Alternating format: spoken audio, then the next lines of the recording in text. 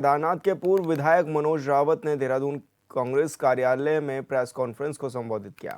उन्होंने कहा है कि मुख्यमंत्री पुष्कर सिंह धामी ने अगस्त महीने में एक घोषणा की थी और कहा था कि हम राज्य में सशक्त भू कानून लागू कर रहे हैं, लेकिन सरकार भू कानून के नाम पर प्रदेशवासियों की आंखों में धूल झोंकने का काम कर रही है। मनोज रावत का कहना है कि त्रिवेंद्र रावत सरकार के समय जो पाप हुए थे उन्हें सीएम धामी ने महापाप में बदल दिया है। तो आपको पता चल जाएगा कि किन ग्रुपों को की विधानसभा में हुए थे। तो उस समय भी मैं एकमात्र विधायक था, वो आप प्रोसीडिंग देख लीजिएगा, जिसने विरोध किया था। 22 में हमने उसके बाद इंतजार किया कि सरकार इन दोनों परिवर्तनों को खत्म करने के लिए कानून लाएगी। जब सरकार 22 तक कानून नहीं लाई तो मैं 22 में विधायक रहते हुए मैंने प्राइवेट मेंबर बिल लाया हूँ, और मैं बहुत खुशी के साथ कह रहा हूँ कि एक नहीं, मैं 2 प्राइवेट मेंबर बिल उसमें लाया। एक तो देवस्थानम बोर्ड एक्ट को ख़त्म करने का, और ये जो धाराएं सरकार ने परिवर्तित करी थी, जिनमें परिवर्तन किया था, इन दोनों धाराओं को समाप्त करने या निरसन करने संबंधित विधेयक भी मैं लाया था। संधि के समय में ऑटो प्रोजेक्ट कंपनियां 800-900 मेगावाट बिजली बेची गई थी। चंडीगढ़ और नोएडा और गुड़गांव के एड्रेस थे, और हमें पूरा मीडिया को दिया था। वो मेरे को सरकार 4 परिवारों को, किसी ने चेयरमैन पति था, डायरेक्टर वाइफ थी, किसी में वाइफ डायरेक्टर थी। और चंडीगढ़ और गुड़गांव में जब हमने वो एड्रेस देखे तो सारे फर्जी एड्रेस थे। उन एड्रेस पे फर्जी एड्रेस पर वो कंपनियां बनाई गई थी। उसी तरह अगर आप जाएंगे, इन जो अभी मनोज जी ने जो कंपनियों का उल्लेख किया है, ये कुछ ही लोगों को फर्जी एड्रेस पर कंपनियां बनाकर ये जमीनें खुद ली गई। और संवाददाता हिमांशु गौड़ हमारे साथ लाइव जुड़ गए हैं। हिमांशु, क्या कुछ जानकारी मिल रही है? किस तरह के ये आरोप प्रत्यारोप का दौर भी अब जारी हो चुका है प्रदेश की राजनीति में?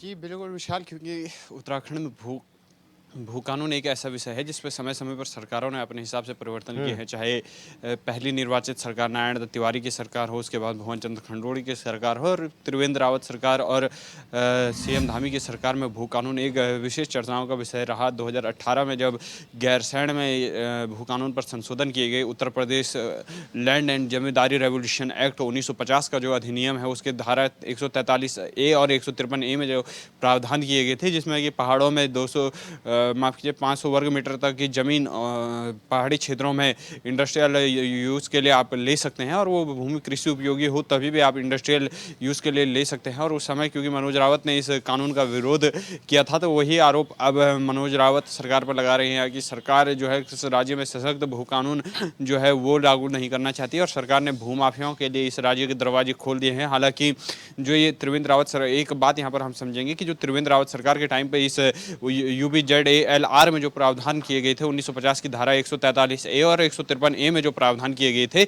इसमें 2022 में जब मुख्यमंत्री पुष्कर सिंह धामी ने प्रावधान करते हुए, पहली त्रिवेंद्र रावत सरकार के समय में ये प्रावधान हुआ करता था कि जब आप इंडस्ट्रियल यूज के लिए लैंड लेते हैं और उसका 2 साल तक उपयोग नहीं करते हैं, तो वो ज़मीन सरकार के अधिग्रहण में आ जाती है। लेकिन धामी सरकार ने इसके रास्ते साफ कर दिए थे, और कहीं ना कहीं अगर आप उस लैंड का यूज़ 2 साल की बजाय अगर आप नहीं करते हैं तो वो लैंड आपकी रहती है। तो इसका विरोध कहीं ना कहीं मनोज रावत कह रहे हैं, और जिसको लेकर वो कह भी रहे हैं कि मैंने 2022 में भी प्राइवेट मेंबर बिल जो है वो सदन के पेडल पर लाया था, और एक नहीं 2 प्राइवेट मेंबर बिल लाए थे। क्योंकि उत्तराखंड में अब चाहे जॉर्ज एवरेस्ट की मैं बात करूं, या आप पिथौरागढ़ से ऊपर लीची वाले एरिया में चले जाएं तो वहां पर मैं बात करूं, या केदारनाथ का कुछ सेक्टर एरिया, कुछ लैंड ऐसी है जिसको सरकार अब निजी हाथों में देकर पर्यटन के नाम पर सरकार कहती है कि हम इन स्थानों को जो है निजी कंपनियों के हाथ सौंप रहे हैं। लेकिन कहीं ना कहीं जो निजी कंपनियों की मनमानी है, उत्तराखंड सरकार की हजारों अरबों खरबों रुपए की जमीन, जैसे जॉर्ज एवरेस्ट की मैं बात करूं तो ये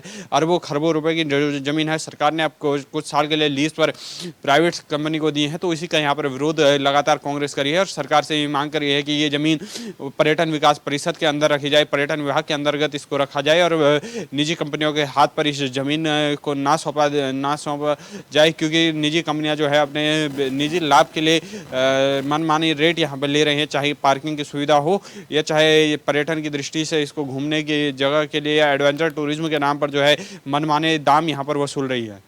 बिल्कुल हिमांशु, बहुत बहुत शुक्रिया आपका तमाम जानकारी साझा करने के लिए। शहरी विकास मंत्री प्रेमचंद अग्रवाल हरिद्वार दौरे पर रहे, जहां उन्होंने हरिद्वार रुड़की में विकास प्राधिकरण की 2 अहम योजनाओं का निरीक्षण किया। साथ ही सराय स्थित 1 करोड़ 70 लाख की लागत से बन रही गौशाला का भी निरीक्षण कर अधिकारियों से जानकारी ली। इस दौरान मंत्री ने HRDA के कामों की सराहना करते हुए कहा है कि HRDA हरिद्वार में कई नवाचार कर रहा है। 1 करोड़ 90 लाख की लागत से बनकर तैयार हो रहे शहीद पार्क का भी जल्द उद्घाटन किया जाएगा।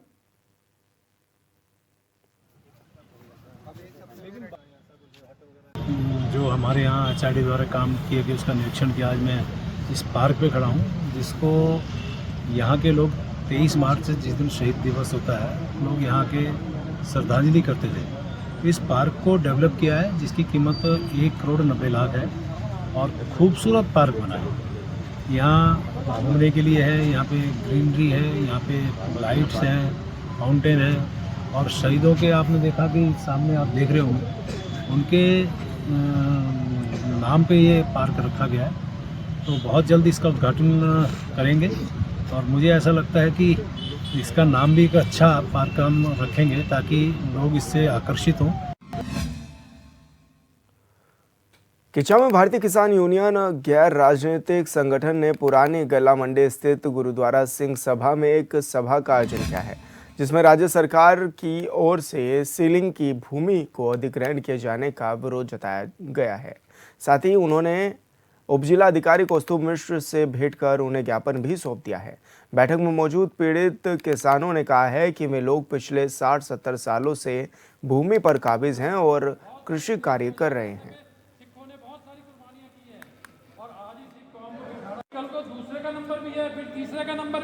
हम उसमें इनको हमने कोर्ट में भी केस लगा रखा है और हम लोग किसान यूनियन के लोग सारे इकट्ठे होंगे। हम बिल्कुल ज़मीन नहीं जाने देंगे। ये ज़बरदस्ती धक्केशाही करेंगे तो नहीं हम जाने देंगे ज़मीन किसी हालत में नहीं। हाँ जी, विरोध का तरीका क्या रहेगा? विरोध का तरीका हम अपना विरोध करेंगे, बिल्कुल सारे किसान इकट्ठे होंगे, सारे धरना प्रदर्शन करेंगे।